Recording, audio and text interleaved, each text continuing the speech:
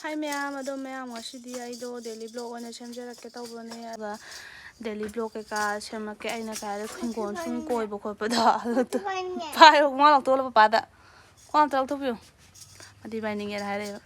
aduga ai fi sabada ai nungdinda sum chathoktabida ai dum fi dum saiba ko adugi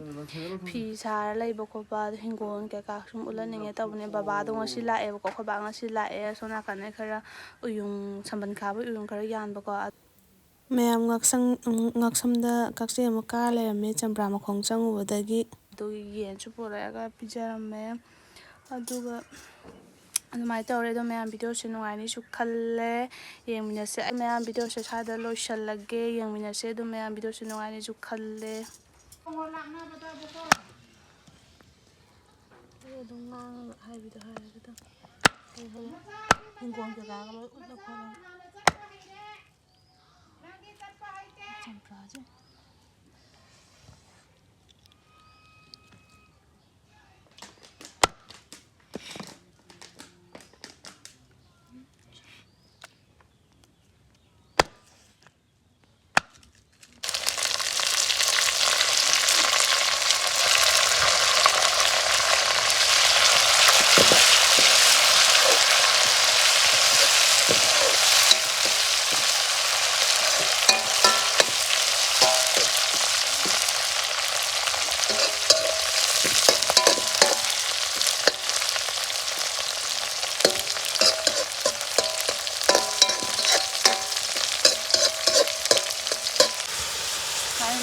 mayam dong si dai daily vlog ne semjarake na tawbane shaba lae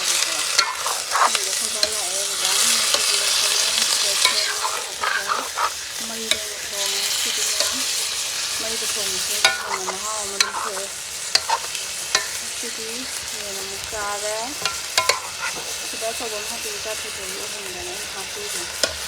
sidina ma dum ai gon sabon lak kala na si sa da sa ta na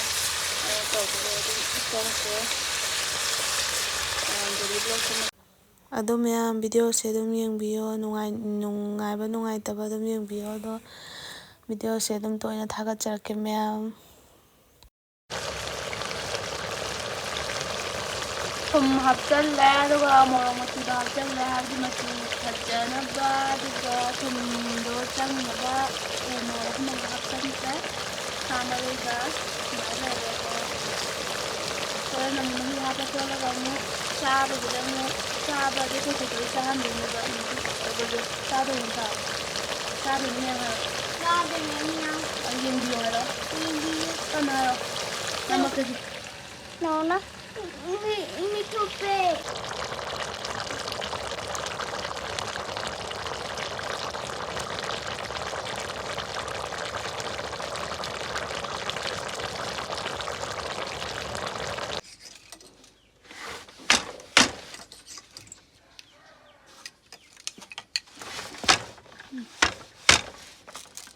Fi mahal kan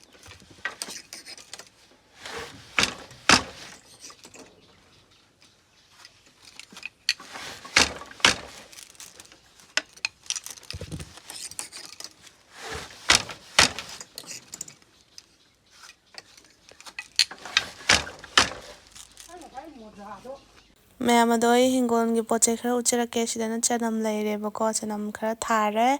aduga sondana telong maru do hulleba ko se char ling thoktoineba aduga sidana phadigom maru ju pura kokphai ka leirame adu hauroidra na mayam humjalle aduga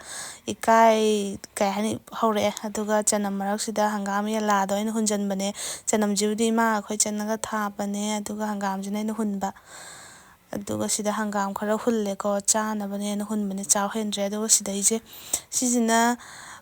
ising de lawdune ko morome pakhopda hapada hawbada oibado adune bado sina bokoli ga aduga kurbi sangrom haba kana matumdo aduga hunbane hojikisina aduga sona kangisina hawai traga hawambi ga hulle aina narenga manungda hulamme aduga I chana para tawjang sida chaw ko chawjiga